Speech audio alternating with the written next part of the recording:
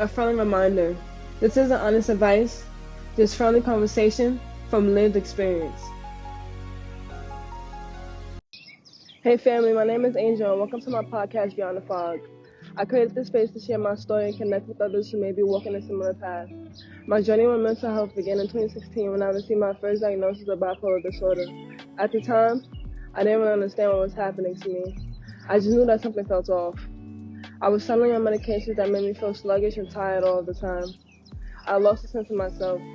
I started overeating and gaining weight, which was a huge shift for me, especially since I'd always had a naturally small and muscular physique. Before my diagnosis, I was thriving. I had a basketball scholarship at a Division I school, and I was excelling academically as a creative writing major. But the symptoms started showing up quietly at first, and then all at once. I ended up leaving school, walking away from the court, and stepping into a confusing dark chapter of my life. Looking back, I know in my right mind I would have never given up on my dreams. But when you're dealing with something you don't even know how to name, it can steal so much from you. The night of my first hospitalization is one I'll never forget. I walked into a church on a hot summer day with my basketball in my hand, talking to the sky like it could talk back to me. I felt a strange mix of hope and fear. That night, things took a turn. I started seeing frightening figures on the walls, and by the next morning, I found myself holding a blade to my wrist. I was caught between what I knew was right and what I couldn't control. I threw the blade across the room, but the damage was already done emotionally. My family called EMS, and that's when everything changed. After that, I entered a cycle that a lot of people living with mental illness know too well. Hospitalizations, trial and error medications, and feeling completely misunderstood. I was embarrassed. I didn't want anyone to know I had been hospitalized. I didn't want to carry that label. People would say things like, "You must be crazy," and those words hurt more than they realized. The stigma is real, and it's heavy. Today I'm 26. Over the last 8 years, I've been hospitalized more than 6 times. That's almost once a year. It wasn't until after many diagnoses and a whole lot of frustrations that I found out I wasn't just bipolar. I was schizophrenic. The combination of both conditions is called schizoaffective disorder. When I finally got that diagnosis, I was oddly relieved. At least now I had a name for what I was battling.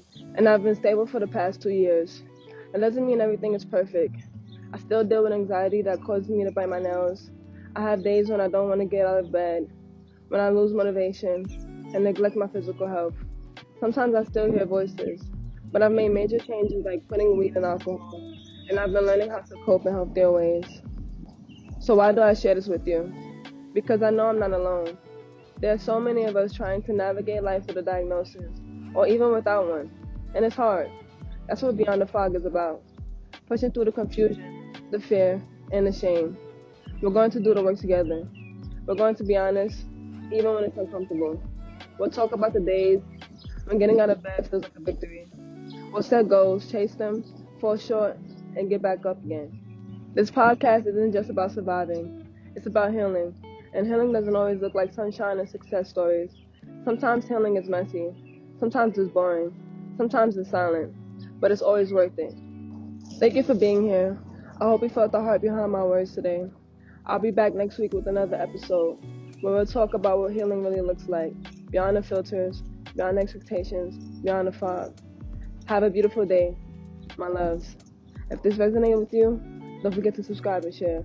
Until next time, later.